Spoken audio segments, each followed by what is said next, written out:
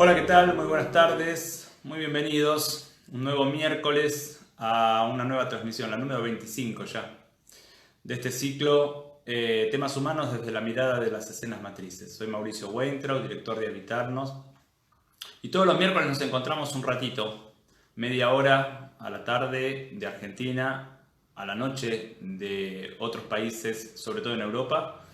Un poco más temprano en otros países como por ejemplo Estados Unidos, que también nos acompañan, para dar una vueltita más, como nos gusta decir a nosotros, algunos temas que nos convocan, que nos competen, que nos toman, que nos importan y que muchas veces también nos angustian. Como les digo, es la transmisión número 25 de este encuentro, de este intercambio que hacemos semana a semana, que además después se ve acrecentado durante la semana misma por personas que ven la transmisión hoy más tarde o mañana o pasado y que después nos acercan como siempre.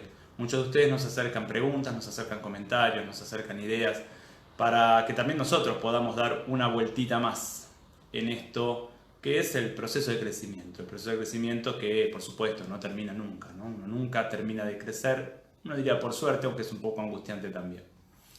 Hoy vamos a tomar un tema difícil, complejo y de mucha importancia, pero digo especialmente complejo, como es el tema de los hermanos. Volvemos al tema más vincular, estuvimos durante algunas transmisiones más en el tema emocional o en temas un poquito más relacionados con lo espiritual, cuando vimos la semana pasada espiritualidad y también antes vimos el ego. Hoy retomamos el tema de los vínculos, alguna vez hablamos de los padres, alguna vez hablamos de los hijos. Hoy vamos a hablar de los hermanos, tema, como les digo, complejo si los hay, porque hay que pensar los hermanos en la infancia y después hay que pensar en los hermanos en la adultez y son vínculos completamente diferentes como para mirar, más allá de que muchas veces se replican los vínculos de la infancia con los hermanos, se replican también en la adultez. Sin embargo, como me gusta hacer siempre, voy a tomar algunas de las preguntas, de las muchas, por suerte, preguntas que nos acercaron en esta semana. Y en realidad voy a tomar dos.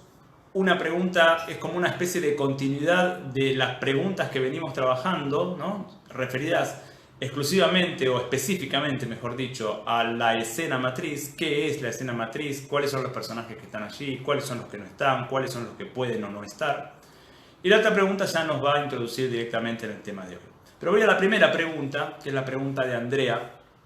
Andrea me pregunta: siempre que uno se remonta a una escena matriz, ¿esta escena conlleva el vínculo con el padre y o con la madre? ¿O también podemos hablar de escena matriz cuando hablamos, por ejemplo, de una escena en la escuela con pares? Y a mí me gusta mucho la pregunta porque venimos trabajando qué es la escena matriz, venimos trabajando los personajes que están ahí y también venimos trabajando cómo se sitúa el sujeto hoy ante esta escena matriz, qué relación establece con los padres, qué relación establece con el nene o con la nena que fue. Y me parece que la pregunta de Andrea nos permite dar una vuelta más, nos permite entender todavía un costado más que quizás dijimos o no, pero que nunca está de más retomar. Y entonces vamos a decir que siempre que hablamos de escena matriz, hablamos de una escena en la infancia, que se da en la infancia de un sujeto. Cuando decimos infancia decimos entre la gestación y los 22, 23 años, más o menos. A todo este gran periodo, a toda esta gran etapa la llamamos infancia, por supuesto, con diferentes etapas en el medio. Pero básicamente escenas matrices están en esta etapa. Y en estas escenas matrices siempre está el nene o la nena que fui y los dos padres. Más allá de que estén presentes o no, están los dos padres. Estos son los personajes que no pueden no estar en una escena matriz. Ustedes me dirán, bueno, pero cuando el sujeto relata una escena, por ejemplo, en la escuela en donde le hacen bullying, ¿no? Los compañeritos le hacen bullying, o la maestra lo trata mal, o lo maltrata. Ahí no están los padres, ahí está el nene que el sujeto fue y los compañeritos, o el nene y la maestra. Sí, es verdad, pero están los padres en tanto son los que van a accionar de una o de otra manera o no van a accionar ante esto que al nene le pasa en la escuela. Quiero decir, la situación de bullying bueno, uno podría decir, o cualquier situación que le puede pasar en la escuela, uno podría decir, bueno, es una situación de la vida, vamos a ponerlo así. Podríamos analizar más, pero vamos a ponerlo así. Es una situación posible de la vida. La vida trae consigo distintas situaciones. Ahora bien, ¿qué hacen los padres ante esta situación? ¿Qué hacen? Defienden al nene, hacen los movimientos necesarios para que este nene no siga sufriendo bullying, no hacen los movimientos necesarios, están del lado de la maestra si es que la maestra los maltrata. O sea, la relación que los padres establecen con el nene en la situación en la escuela es la verdaderamente importante, porque después esta reacción o no reacción de los padres es la que el sujeto va a incorporar una vez que, llegado a la adultez, si tiene estas escenas no sanadas, se encuentre con una situación similar. Ejemplo, la maestra maltrata al nene y le grita, y los padres no intervienen, o los padres dicen todo lo que dice la maestra tiene razón. ¿Qué va a pasar con esta escena matriz cuando el sujeto es adulto? Bueno, por ejemplo, si esta escena no es trabajada, no es sanada, el sujeto va a su trabajo, el jefe le grita, y entonces hay una parte del sujeto que se siente mal, pero hay otra parte que dice, bueno, el jefe tiene razón y mi tarea es satisfacerlo. Es decir, hay una parte del sujeto, que en general la identificamos como la mente, que va a accionar o va a reaccionar o va a decir algo muy similar a lo que los padres dijeron en las escenas infantiles. Más allá de que la escena es en la escuela y con la maestra, la reacción o no reacción de los padres tiene importancia decisiva en si esta escena se cronifica, si esta escena termina, si esta escena cambia, etcétera, etcétera, etcétera. Y es esto lo que el nene después incorpora y traslada, ya siendo un sujeto adulto, a su vida cotidiana. Entonces, me importa mucho la pregunta de Andrea porque nos permite aclarar esto. En toda escena matriz, siempre que hablamos de escenas matrices, hablamos de la relación fundamental del nene o de la nena que fui con los padres. Y todos los otros actores que puedan o no aparecer son actores que tienen su importancia, pero siempre secundaria a la importancia de los padres. Por eso decimos en escenas matrices que la no presencia de uno o de ambos padres, la no presencia, la ausencia de uno o de ambos padres, es una manera de estar.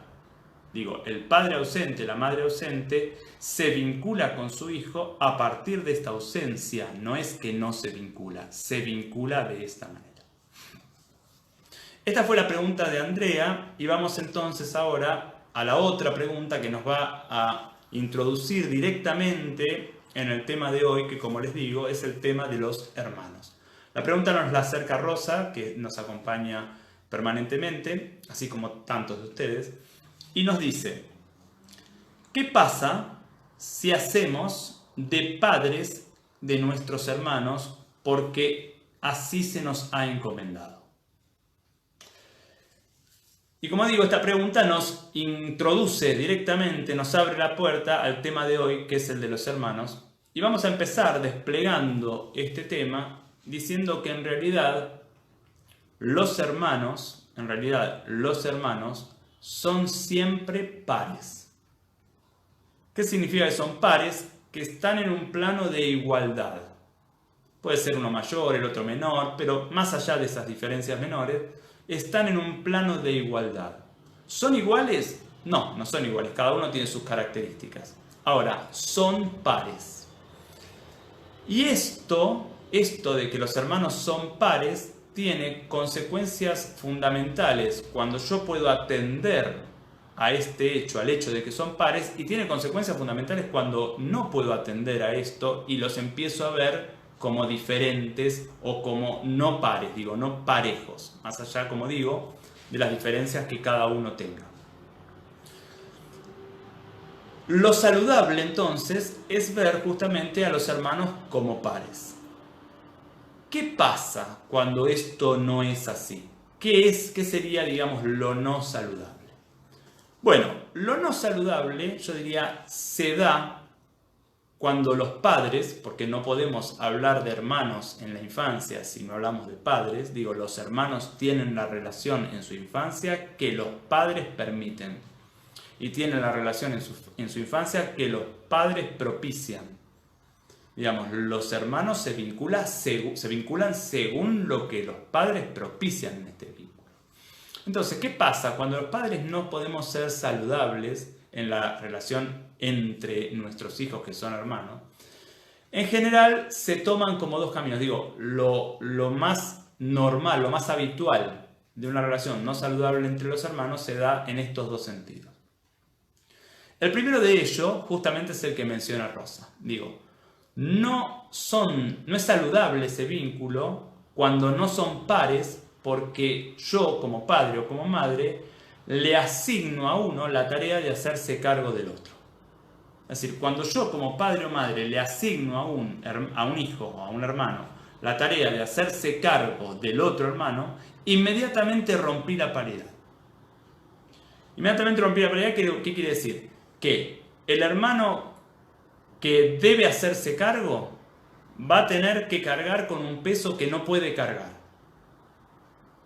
Porque la responsabilidad lo excede completamente, porque va a intentar poner límites que no puede poner, justamente porque no tiene el rol. Y entonces esto va a interferir en el vínculo. Y por otro lado, el hermano que es al que le hacen cargo, digo, el hermano, vamos a ponerlo así, el más pequeño, el que tiene que quedar a cargo del otro, también siente que tiene que responder a alguien que no es su padre, y también siente que es menor en el sentido de que no es par, sino que está en un escalón menor a quien en realidad es su hermano. Digo, con esta tarea de encargarle a un hermano que se haga cargo del otro, con esta tarea rompí el vínculo de hermanos. Esta sería la primera manera que tenemos los padres, inconscientemente, no estoy hablando de ninguna intención.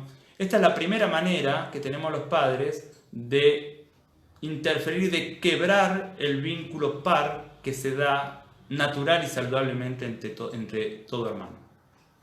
La segunda manera, yo diría hay más, pero estas dos son las que más me interesan. La segunda manera es cuando etiquetamos a los hermanos.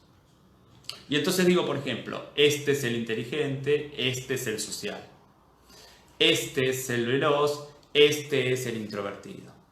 Es decir, cuando etiqueto a los hermanos, le pongo etiqueta y los menciono a partir de rasgos, los menciono como si fueran eso, los condeno, vamos a poner así, los condeno o los determino, por lo menos mientras no sean adultos, los determino a habitar una sola parte de su ser y a dejar esta otra parte que también es de su ser, dejarla en el hermano. Entonces, aquel a quien llamé inteligente no podrá no serlo. Aquel a quien llamé social no podrá no serlo.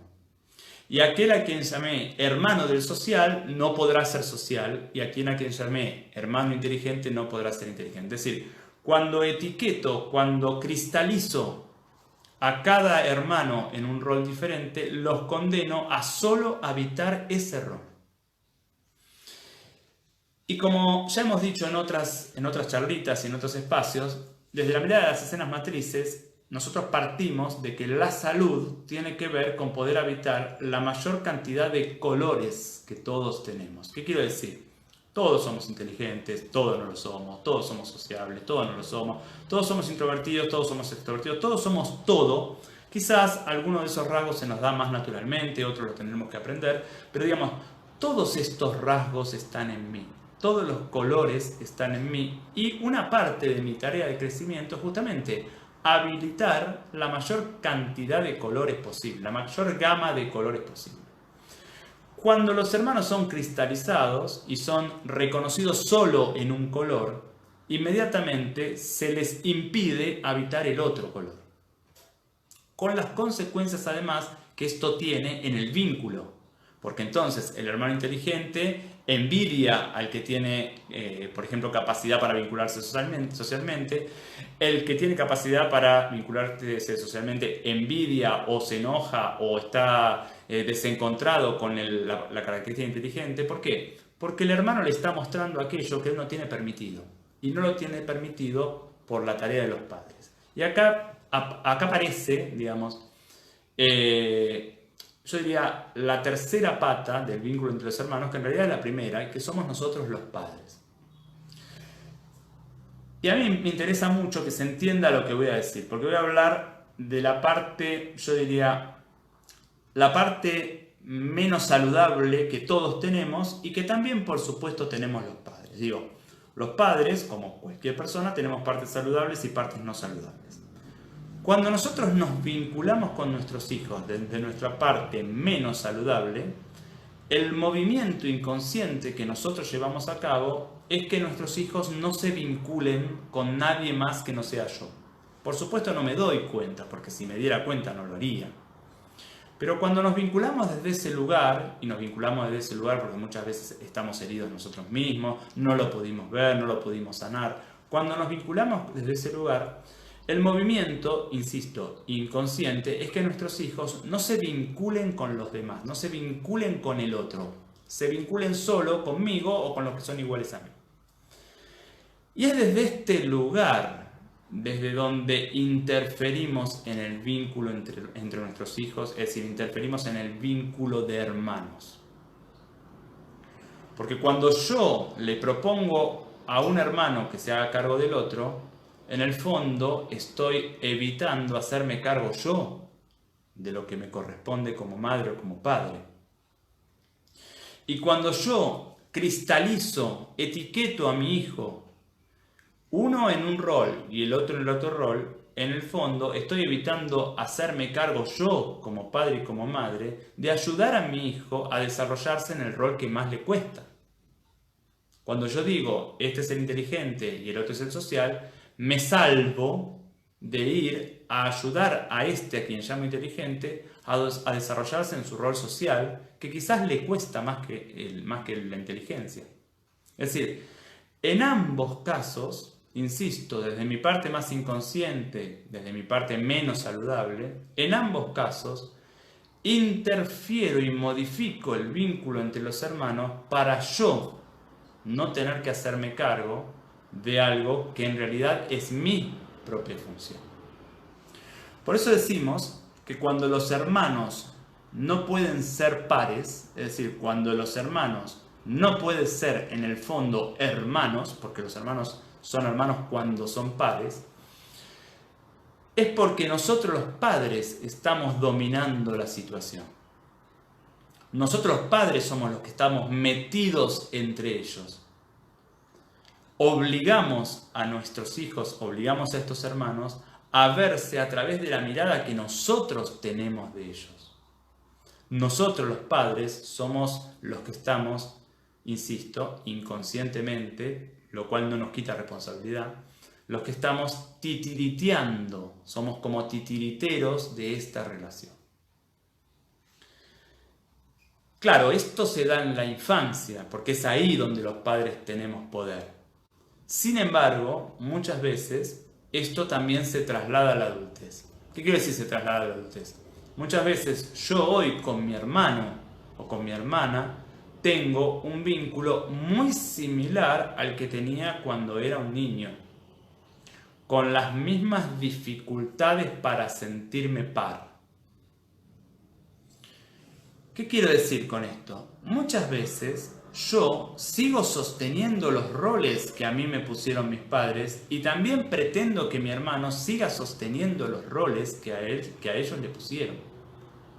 Digo, cuando yo hoy tengo 50 años y siento que me tengo que hacer cargo de mi hermano que tiene 45, yo sigo en el lugar del potente, que es un rol que seguro me han dado mis padres. Mi hermano, si acepta esto y acepta que yo lo sostenga, sigue en el rol de impotente, que también es un rol que le han dado los padres. Y entonces es como que nos vinculamos, pero en realidad no nos vinculamos. Cada uno se vincula con el hermano que el padre o la madre le mostró, no con el hermano que es. Porque cuando nos vinculamos desde roles estáticos con nuestro hermano, por supuesto que no nos estamos vinculando con él, nos estamos vinculando con el hermano que mi mamá y mi papá me contaron. Y lo mismo desde él hacia mí. Porque el rol de hermano es un rol par. ¿Qué quiere decir par? ¿Que somos iguales? No. Seguro que yo tengo aspectos más desarrollados que mi hermano. Y quizás se los podría enseñar si él quisiera aprenderlos. Y seguro que él tiene aspectos más desarrollados que yo. Y quizás me los podría enseñar si yo estuviera dispuesto a aprenderlo.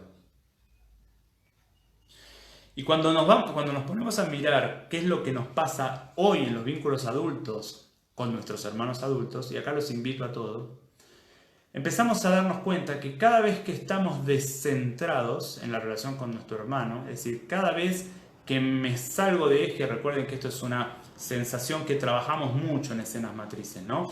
Nos damos cuenta que estamos en una escena copia, sobre todo cuando nos encontramos corridos de eje. Cuando sentimos que se nos repite y se nos repite algo que no le encontramos la vuelta y sentimos que nuestra reacción no es acorde a lo que está pasando, por más o por menos. Digo, cada vez que me siento descentrado en la relación con mi hermano, en general es por alguno de estos motivos. O porque pretendo ser mejor hijo que él, ya sea en la relación con mis padres adultos, o ya sea sosteniendo valores que mis padres tenían y que yo quiero representar más que él. Es decir, pretendo ser mejor hijo que él. O porque me da culpa sentirme peor hijo que él. Y entonces quizás me enojo con él, quizás discuto con él, quizás lo quiero convencer. O porque sigo sometido, y probablemente somos los dos, porque sigo sometido a los roles que mis padres nos pusieron cuando éramos chicos. Y entonces, como decía, sigo manteniendo a mi hermano, cuando en realidad los dos somos seres adultos, cada uno puede mantenerse a sí mismo. Y si ustedes se fijan, en las tres cuestiones, intentar ser mejor hijo que él, no importa que mis padres hayan fallecido, ser mejor hijos ante los padres que tengo en la mente, sentir culpa por ser peor hijo que él, o sostener los roles que nuestros padres pusieron. Si ustedes se fijan, en las tres cuestiones los padres están no solo en el medio, sino que están como protagonistas principales, es decir, son los padres el parámetro. Y no somos ni él ni yo. Nos peleamos con mi hermano, yo diría, para no ver que estamos cumpliendo el rol y jugando el juego que nuestros padres nos impusieron cuando éramos chicos. Porque el vínculo de hermano saludable en la adultez implica justamente sacar a los padres del medio. Soy hermano de mi hermano, y él lo es de mí, cuando juntos podemos correr a los padres del medio. Correr a los padres implica correr los valores de los padres como verdad y vernos como diferentes y como pares. Pares, ¿qué quiere decir? Ninguno mejor que el otro. Ambos con aspectos más desarrollados y menos desarrollados, y quizás ambos con una posibilidad de aprender del otro.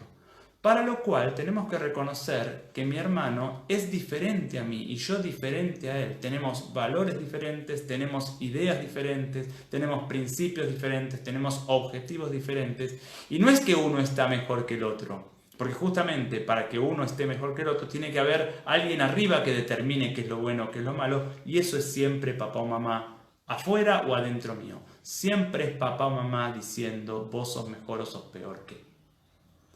Entonces yo los invito, para cerrar la charlita de hoy, los invito a algo que hacemos mucho en los seminarios y también hacemos en la formación y que por una cuestión de tiempo suelo no poder hacer en las charlas, pero hoy me voy a tomar un minuto y los invito a una mínima indagación personal. Les voy a dejar 3 o 4 preguntas o 5 para que ustedes se queden. A mí me gusta pensar que las preguntas uno no las responde, sino que uno se abre a la pregunta y la pregunta va trayendo alguna respuesta. Entonces, yo los invito a pensar cuando estoy desencontrado en la relación con mi hermano. No solo yo con él, yo adentro con él. Cuando yo estoy desordenado, descentrado en la relación con mi hermano. Primero les pregunto, los invito a preguntarnos, ¿en qué me siento inquieto? ¿Qué rasgo de él me inquieta? ¿Qué le reclamo? ¿Qué es lo que le estoy reclamando a él? ¿O qué me reclamo yo a mí en la relación con él?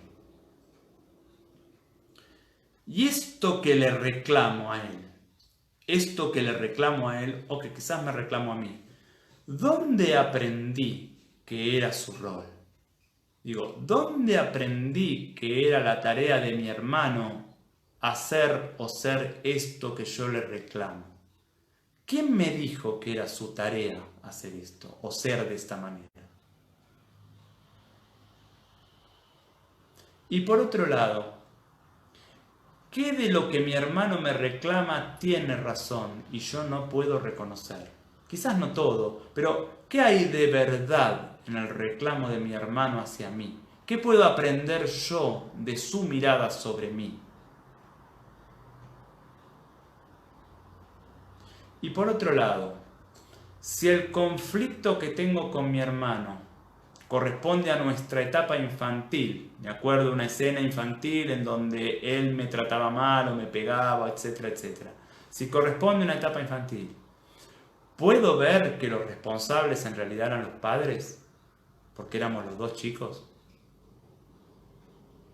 Y si corresponde a la etapa adulta el conflicto, ¿puedo ver mi parte de responsabilidad? ¿O solo pienso que la responsabilidad es de él? Y finalmente, ¿puedo reconocer qué podría yo enseñarle a mi hermano si él estuviera dispuesto a escuchar y a tomar de mí? ¿Y puedo reconocer qué podría enseñarme él a mí? E intentar abrirme a esta enseñanza. El vínculo con los hermanos es un vínculo complejísimo y es todo un trabajo sacar a los padres del medio para poder vincularme con mi hermano y no con el otro hijo de mi mamá y mi papá. Es un vínculo complejísimo y riquísimo porque en realidad mi hermano es el único ser que sabe lo que es tener a estos padres que hemos tenido. Así que cuando puedo encontrarme con mi hermano, me encuentro con el único ser en el mundo, bueno, si tengo más hermanos habrá más, pero digo, el único ser en el mundo que sabe lo que es ser hijo de estos padres. Así que el encuentro tiene una profundidad y una intimidad que me es muy difícil encontrar en otros vínculos. Y por otro lado, y para terminar, el vínculo con mi hermano muchas veces funciona como matriz de mis vínculos pares. Muchas veces lo no resuelto en el vínculo con mi hermano se me vuelve a armar en los vínculos con otros pares. Algo de esto fue el tema que hoy nos convocó, el tema de los hermanos, como digo, un tema extraordinariamente apasionante. Por supuesto quedará abierto, seguramente lo retomaremos para darle, como siempre decimos, una vueltita más en este espacio de temas humanos, desde la mirada de escenas matrices. Yo les agradezco muchísimo, como siempre los invito una vez más a acercarnos dudas, consultas, preguntas, sugerencias de temas que también nos acercan mucho. Al mail que tienen en pantalla, info@habitarnos.com.ar. A ver nuestros videos en YouTube, están todas estas charlas y hay otros videos también en nuestro canal de YouTube, Habitar separado nos, Habitarnos. A inscribirse si quieren en nuestro último seminario del año, que será a mediados de noviembre. Todavía está la inscripción abierta. Y quienes además quieren ver los seminarios anteriores porque no pudieron estar, porque se los perdieron, también pueden escribirnos para entonces averiguar qué es lo que tienen que hacer para que le podamos enviar la grabación. Como digo, les agradezco muchísimo, especialmente el encuentro de hoy, número 25 ya.